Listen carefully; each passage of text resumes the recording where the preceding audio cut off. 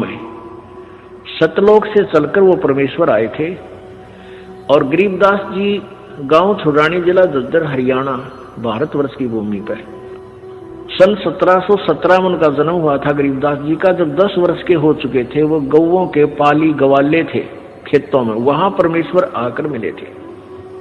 उसके बाद परमात्मा ने उनको साक्षात्कार कराया और अपना सतलोक दिखाया, जहां परमेश्वर रहते हैं, जहां से हम बिछुड़कर आए हुए हैं। तो आगे चल के गरीबदास जी ने परमात्मा कबीर जी की महिमा कलम तोड़ आंखों देखा हाल पूरा लिखा हुआ है, जिसको ग्रंथ सदग्रंथ साहिब हम बोलते हैं, जिनका ये पाठ चल रहा था 3 दिन उस अमरवाणी का। तो गरीबदास जी द्वारा लिखवाई गई वो वाणी है। तो गरीबदास जी का एक शिष्य था। गरीबदास जी कहीं सत्संग करने जा रहे थे और वहां एक सहारनपुर का भूमड़ नाम का एक सैनी था, सैनी जाति से एक भूमड़ सैनी नाम का एक भक्त सहारनपुर का कहीं अपनी रिश्तेदारी में गया हुआ था। वहां गरीबदास जी सत्संग कर रहे थे। उस पुण्यात्मा ने सत्संग सुन लिया और गरीबदास जी से उपदेश ले लिया। फिर वो छुड़ानी जाने लगे, जहां गरीबदास जी प्रत्येक पूर्णवासी को सत्संग किया करते थे। अब वो धीरे धीरे इतने प्रभावित हो गए वो भूमड़ जी, भूमड़ भक्त सैनी, के प्रतिदिन ना प्रति महीना सहारनपुर से चलकर छुड़ानी आने लग गए। पहले तो धीरे धीरे ज्ञान होता है, फिर इतनी श्रद्धा बन गई कि सहारनपुर से चलकर गांव छुड़ानी, जिला झज्जर में वो प्रत्येक महीना आते। पहले ना तो कोई कन्वेंस थी, ना कोई रास्ते थे, पैदल आना सहारनपुर से चलकर। सहारनपुर से मेरे ख्याल में झज्जर छुड़ानी गांव 100 किलोमीटर से 150 से 200 किलोमीटर के आसपास है। अब वहां से पैदल चलना, और पहले वर्षा के दिनों में ये जैसे बीच में दरियाएं बहा करती थी, उन पर कोई पुल भी नहीं था, वो आते थे। वो ऐसे पिछले 1 वर्ष से ऐसा उसने प्रक्रिया कर ली। अब गरीबदास जी ने कहा, बेटा ऐसे दुख ना पाया कर, तू 1 आधा महीना छोड़ कर आ जाएगा। ने बोला, गुरुजी मेरे पर डटया नहीं जाता, मुझसे रुका नहीं जाता। तो गरीबदास जी बोले, कोई बात ना, ले बेटा तेरी मौज है। अब क्या हुआ कि गरीबदास जी ने भादुआ सुदी दूज को शरीर छोड़ना था। उससे पहले उस भगत से कह दिया, बेटा अब तू यहां मत आना, ये मेरा ऑर्डर है, आज के बाद यहां नहीं आएगा। अब भूमड़ रोने लग गया, भूमड़ भगत रोने लग गया। काफी रोता रहा कि गुरुजी ने ये बड़ा आदेश दिया, क्या बात है, मेरे से कोई त्रुटि बन गई, कोई गलती होगी मेरे से। परमात्मा गरीबदास जी बोले, बेटा क्यों रो रहा है? कि जी यूं रो रहा हूं, मुझदास से कोई गलती तो नहीं बन गई, आपने यहाँ न आने का, आपके दर्शन ना करने का आदेश दे दिया। परमात्मा ने कहा, गरीबदास जी ने कहा कि दर्शन ना करने का आदेश नहीं दिया मैंने, यहाँ न आने का आदेश दिया है। मैं तेरे पास वहीं आऊंगा बेटा। बालक मैंने शादी कर दी, 4 लड़के थे, 2 लड़की गरीबदास जी के पास संतान थी। लड़कियों ने शादी नहीं करवाई, ब्याह नहीं करवाया था, वो आजीवन ब्रह्मचारी रही थी अपनी भक्ति की। 4 बच्चों का ब्याह कर दिया। अब मैं फ्री हूं बेटा, वहां आऊंगा तेरे पास, और तेरा बाग है बताते हैं वहां, अच्छा कहाँ जी आपकी दया है, आपकी कृपा से तो सब कुछ हो रहा है। तो भाई उस बाग में मेरी एक झोपड़ी डाल दिए बेटा, मैं भी अपना भजन करूंगा और तेरे को सेवा दर्शन हो जाएंगे। तो बड़ा खुश होया और वापस चला गया। अब इंतजार कर रहा है, गुरुजी आए नहीं। उधर क्या हुआ, गरीबदास जी ने वो शरीर छोड़ दिया भादुआ सुदी दूज को सन 1778 में। तो 6 महीने हो गए। भूमड़ वहां रोए जैसे धर्मदास जी रोया करते तरफ में, और इतना बुरा हाल हो गया, हे भगवान क्या हो गया। और उधर से उसका बाग सूख गया, बाग कति सारे में कीड़ा लाग के कति सारा सूख गया। उसने सोची भाई मेरे भगवत जरूर अवश्य गलती बनी है जब गुरुदेव ने मुझे वहां दर्शन करने की मनाही कर दी। अरे इधर से यहाँ मेरा बाग सूख गया, अपने आप को कोस रहा है, अपने अपने अपने अवगुणों को ढूंढ रहा है। मैंने कौन सी गलती ऐसी कर दी जो गुरु जी रूस के मेरे थे। तो 6 महीने रोता रहा। बसंत पंचमी के दिन गरीबदास जी बहादुआ में शरीर छोड़कर बसंत पंचमी के दिन उसी शरीर में 61 साल की आयु के शरीर में, और वह बूमड़ के घर पर जाकर सच्चाई बोल दी। अब बूमड़ चरणों में पड़कर खूब रोया है। भगवान मंत्र ने सोच ली थी कि मेरे से कोई गलती बन गई गुरुदेव, आप रुष्ट हो गया, पाए कोई ना। गरीबदास जी बोले भाई कोई बात ना बेटा, थोड़ा सा लेट हो गया, मैंने काम हो गया था। और भाई मेरा जो ना एक बाग में झूपड़ी डाल दे, जो तेरे बाग है ना, यहाँ घर में तो मैं नहीं रह पाऊंगा, वहां के एकांत में भगत भजन कराया तुम्हें। तो बूमड़ बोला महाराज जी वहां तो बाग तो सूख गया। गरीबदास जी बोले सूख के बाग में झोपड़ी डाल दे मेरी, कोई बात नहीं। अब गुरु जी की आज्ञा पाकर उसने वहां एक झोपड़ी एक हट बना दी फूस फास डाल के। हफ्ते पाछे वो सारा बाग हरा भरा हो गया। गरीबदास जी वहां बैठते ही सारा नगर देखने आया, वो पूरा शहर देख, छोटा गांव था जब ये शहर बरवाला जितना, सहारनपुर, यानी 200 वर्ष पहले की बात है। तो सारा गांव नगर देखना यार, बहुत से उस चमत्कार से भाई बूमड़ कहे मेरे ये गुरुजी हैं जिनकी मैं रोज महिमा गाया करता था, ये बड़े सिद्धि युक्त हैं, बड़े पहुंचे हुए महात्मा हैं। और भाई बहुत से मुसलमान और हिंदू गरीबदास जी के शिष्य वहां हो गए। अब क्या बात है कि वहां ये दास क्या बताना चाहता था, एक सिद्धि वो चोले धारे, एक सिद्धि दी तत्व विचार है। वहां एक लाल दास नाम का सिद्ध पुरुष था, उसका भी जहां गरीबदास जी का आश्रम बना हुआ छोटा सा, जहां उन्होंने दोबारा शरीर छोड़ा था, उसके साथ में ही 300-400 फुट की दूरी पर लाल दास जी का बहुत बड़ा मंदिर बना रखा है। वो शिव विष्णु पुजारी था। अब क्या हुआ कि वहां 35 वर्ष तक गरीबदास जी उसी रूप में रहे। हिंदू और मुसलमान दोनों ही गरीबदास जी के शिष्य बने, क्योंकि ये ज्ञान ही एकता उपजाने का है, उनका ऐसा ज्ञान है कबीर जी का। तो वहां शहर सहारनपुर शहर के अंदर एक आश्रम बना हुआ है, बूमड़ का पूरा घर था, वो उसका संतान नहीं थी। परमात्मा ने उसका कल्याण करना था, इसलिए उसको झंझट में फंसाया नहीं, तो उसने सारा ही अपना घर भी आश्रम के रूप में बना दिया था। आज भी वहां विद्यमान है। गरीबदास जी की परंपरा का एक आधा कोई भक्त वहां रह रहा है, ये दास देख के आया था। तो वहां 35 वर्ष की आयु के बाद शरीर छोड़ दिया, तो वहां उस बाग के अंदर ही उस शव को अंतिम संस्कार वहां दफना रखा है वो शरीर।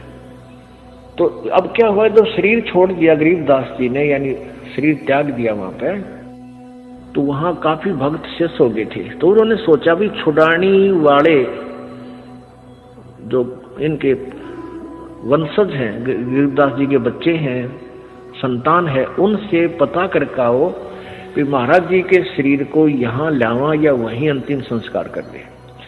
2 घोड़ों पर 2 व्यक्ति सहारनपुर से चले, छुड़ानी आए।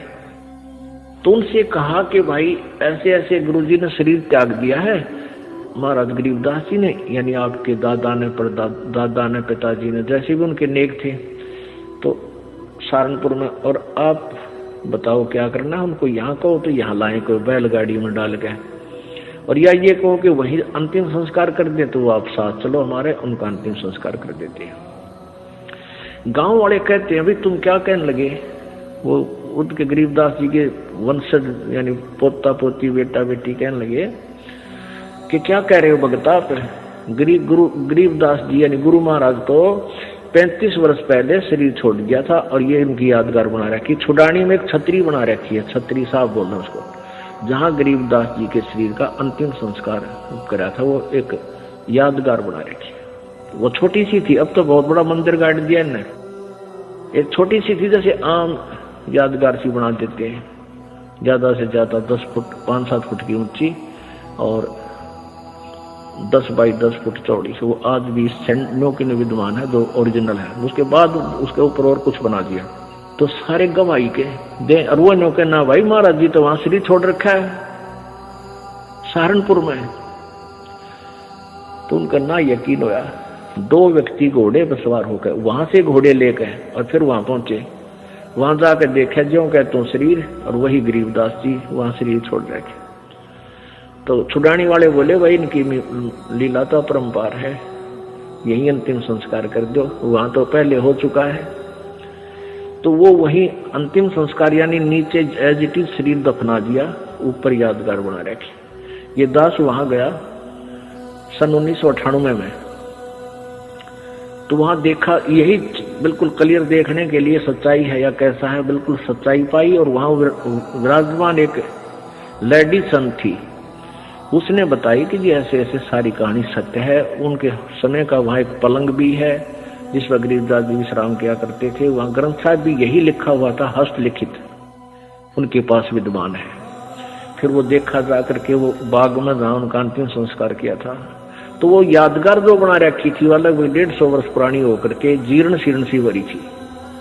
तो हमने उनसे कहा कि आपकी आज्ञा हो तो हम इसको दोबारा रिकंस्ट्रक्ट कर दें, न तो पड़ेगी को गिर के किसी चोट लगेगी, को दर्शक होगा। तो वो कहने लगे जी ऐसे कर दो।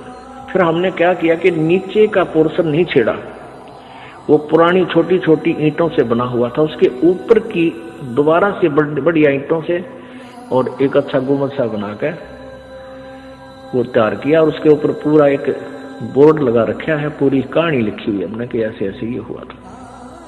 अब कहने का भाव ये है दास का कि उन्हीं के साथ में एक लाल दास जी थे। तो उनके बारे में क्या प्रसिद्ध था कि वो अपने भक्तों के निकलता था तो मांगने जाता था आहार।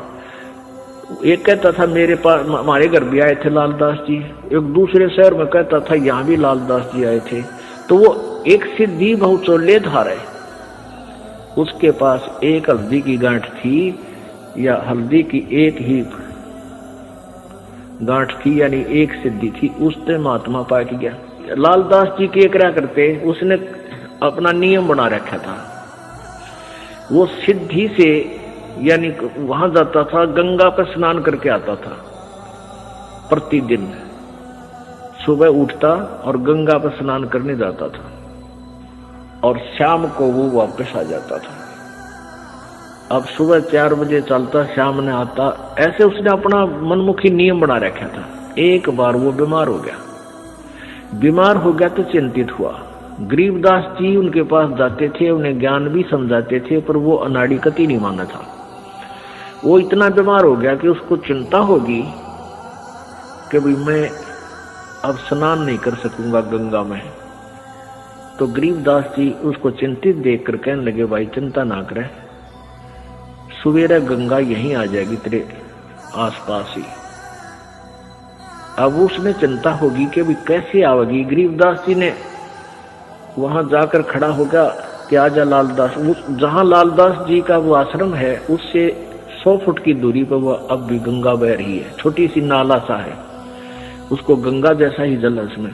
तो गरीबदास जी ने ऐसे इशारा कर दिया, थोड़ी सी दूरी से नीचे से अपने आप एक झरना सा फूटा और पानी बहने लग गया। अब लालदास जी सोचने लगे कि भाई क्या पता ये वही गंगा है या दूसरी। वो नहा तो लिया उस दिन, क्यों उसका तो प्रण बना ले, फिर उसको चिंता होगी कि गरीबदास ने मुझे बहका दिया हो और नहाने के लिए अपनी सिद्धि तो यहीं से को जल निकाल दिया हो। एक उसका चेला था लालदास जी का, वो गंगा पर स्नान करके आया था उस दिन, और उसकी धोती रह गई उधर एक लोटा, उस गंगा में बह गया, उस ओरिजिनल गंगा में हरिद्वार में। वो वहां आया, वो कहने लगा, गरीबदास जी बैठे, लालदास जी बैठे थे। लालदास बोला रहा कई दिन में आया, अगली गंगा नहान गया था। अच्छा भाई, और ठीक हाँ ठीक हूँ जी। और कहने लगा जी एक लोटा भी रह गया मेरा, गंगा में बह गया। अरे एक धोती बह गई वहीं पर, तेज धारा थी। गरीबदास जी बोले भाई यहाँ तेरी धोती और लोटा इस गंगा में पड़े हैं, यहाँ ये वही गंगा है जो वहां तू नहा का है। अब लालदास जी ने सोचा भाई जय इसके धोती लोटा यहाँ पा गए तो सचमुच यह वाह गंगा है। दोनों तीनों उठ कर गए, वो धोती लोटा वही लोटा धोती और पड़ोस होकर वहीं पड़े, उन पैर साथ में गांठ कर, वैसे कच्चा ही गांठ था। वो लोटा उठाया, उस पर नाम था उस भगत का, नाम खुदवा रखा था उसने। ने बोला महाराज जी तो सचमुच वाह गंगा में तो हमारे द्वार ना आगा था, वहां खूब गुम हुए थे, ये पाए यहाँ पर। तब उस लालदास का पेटा भरा, इतना उसकी मृत्यु का कान्य कटाया गया। मालिक की वाणी उसने संभाली कोई ना। तो पुण्यात्माओं इस तरह हम कहाँ विचलित थे। और संत सब कूप है केते सरिता नीरी, दादू अगम अपारे है ये दरिया सत्य कबीरी। ईश्वरीय शक्ति से युक्त बहुत से संत आपको मिलेंगे। अब जैसे कुछ तो कुआ टाइप समझ लो, कुआ कितना इतना ही काम कर सके, आपके पीने का काम चला दे, पानी का पीने का नथिंग, और फिर इसके उससे ज्यादा नहीं।